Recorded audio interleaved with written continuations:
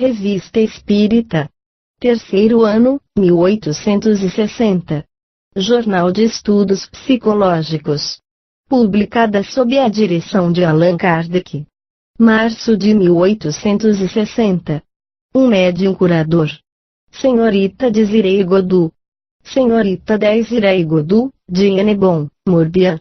Rogamos aos nossos leitores consentirem em se reportarem ao nosso artigo, do mês último, sobre os médiuns especiais, compreender-se-á melhor as informações que vamos dar sobre a senhorita Desiree Godu, cuja faculdade oferece um caráter de especialidade dos mais notáveis.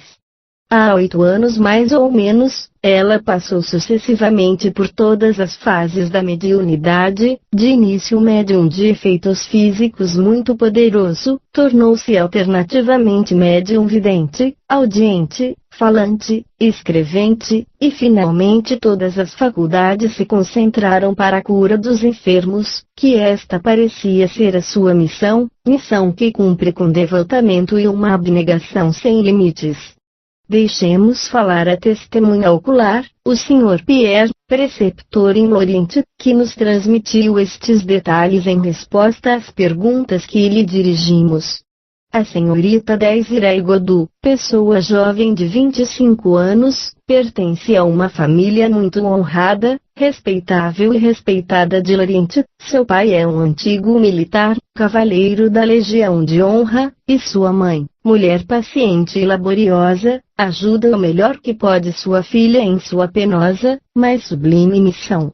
Eis quase 6 anos que esta família patriarcal faz esmolas dos remédios prescritos e, frequentemente, de tudo o que é necessário aos tratamentos, aos ricos como aos pobres que a ela se dirigem. Suas relações com os espíritos começaram na época das mesas girantes. Ela morava então em Lorient, e durante vários meses não se falava senão das maravilhas operadas pela senhorita Godu sobre as mesas, sempre complacentes e dóceis sob suas mãos. Era um favor ser admitido em sua casa nas sessões da mesa, e ali não ia quem quisesse. Simples e modesta, ela não procura se pôr em evidência. Entretanto, como bem o pensais, a malignidade não a poupou. O próprio Cristo foi achincalhado, embora não fizesse senão o bem e não ensinasse senão o bem. Deve-se admirar de se encontrar ainda fariseus, então que há ainda homens que não creem em nada. É a sorte de todos aqueles que mostram uma superioridade qualquer, de ser alvo dos ataques da mediocridade invejosa e ciumenta. Nada lhe custa para tombar aquele que eleva sua cabeça acima do vulgo, nem mesmo o veneno da calúnia. O hipócrita desmascarado jamais perdoa. Mas Deus é justo, e quanto mais o homem de bem for maltratado, mais estrondosa será a sua reabilitação, e mais humilhante será a vergonha de seus inimigos. A posteridade o vingará.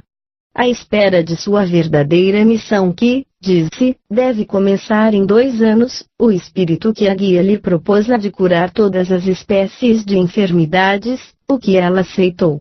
Para se comunicar, ele se serve agora de seus órgãos, e frequentemente, apesar dela, no lugar das batidas insípidas das mesas. Quando é o espírito que fala, o som da voz não é mais o mesmo, os lábios não se movimentam. A senhorita Godu não recebeu senão uma instrução vulgar, mas o principal de sua educação não devia ser a obra de homens. Quando ela consentiu em tornar-se médium curadora, o espírito procedeu metodicamente à sua instrução, sem que ela visse outra coisa senão mãos. Um misterioso personagem colocava-lhe sob os olhos livros, gravuras ou desenhos, e lhe explicava todo o organismo do corpo humano, as propriedades das plantas, os efeitos da eletricidade, etc. Ela não é sonâmbula, ninguém adormece, é toda desperta, e bem desperta, que penetra seus enfermos com o seu olhar. O espírito indica-lhe os remédios que, o mais frequentemente, ela mesma prepara e aplica, cuidando e tratando as feridas mais repugnantes com o devotamento de uma irmã de caridade. começa-se por dar-lhe a composição de certos ungüentos que curam em poucos dias os pamarícios e feridas de pouca gravidade, e isso com o objetivo de habituá-la, pouco a pouco, sem muita repugnância, com todas as horríveis e repelentes misérias que deverão se exibir sob seus olhos, e colocar a fineza e a delicadeza de seus sentidos às mais rudes provas. Que não se imagine nela encontrar um ser sofredor, débil e medíocre. Ela goza do homem sana em corpore sano em toda sua plenitude, longe de cuidar de seus doentes por intermediário, é ela quem mete a mão em tudo, e basta a tudo, graças à sua robusta constituição. Ela sabe inspirar, aos seus enfermos, uma confiança sem limites, e encontra em seu coração consolações para todas as dores, sob sua mão remédios para todos os males. Ela é um caráter naturalmente alegre e jovial. Pois bem, sua alegria é contagiosa como a fé que anima, e eide instantaneamente sobre os doentes. Ali vi muitos saírem com os olhos cheios de lágrimas, doces lágrimas de admiração, de reconhecimento e de alegria.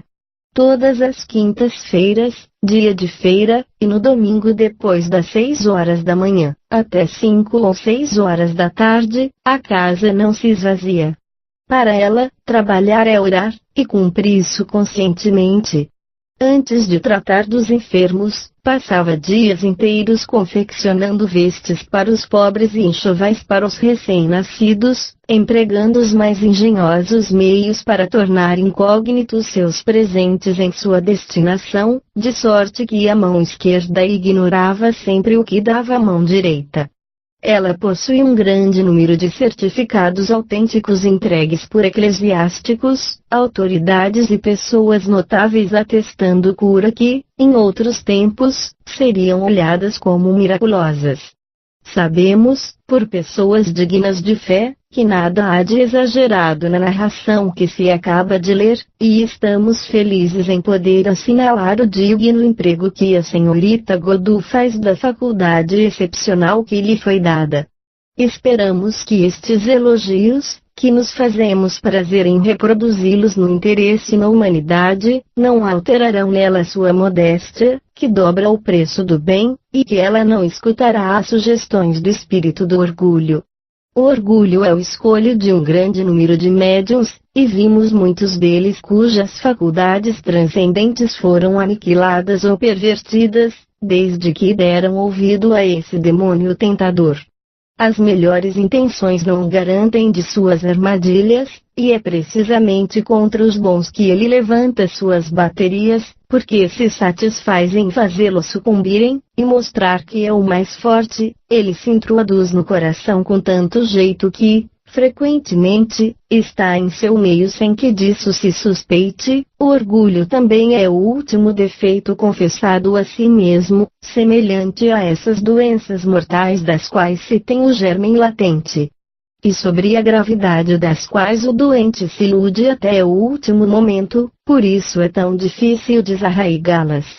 Desde que o médium goza de uma faculdade tanto seja pouco notável, ele é procurado, enaltecido, adulado, é para ele uma terrível pedra de toque, porque acaba por se crer indispensável se não for essencialmente simples e modesto.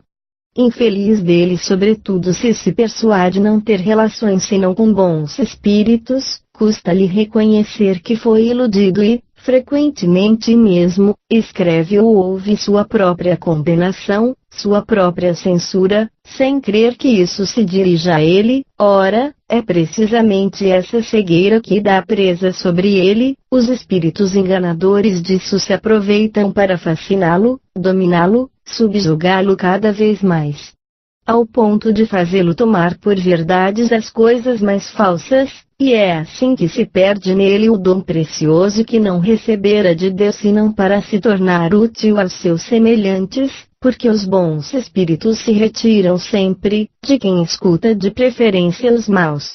Aquele que a providência destina para ser posto em evidência, sê-lo-á pela força das coisas, e os espíritos saberão tirá-lo da obscuridade, se isso for útil, ao passo que não há, frequentemente, se não decepção para aquele atormentado pela necessidade de fazer falar de si. O que sabemos do caráter da senhorita Godu, nos dá a firme confiança de que ela está acima dessas pequenas fraquezas, e assim jamais comprometerá, como tantos outros, a nobre missão que recebeu.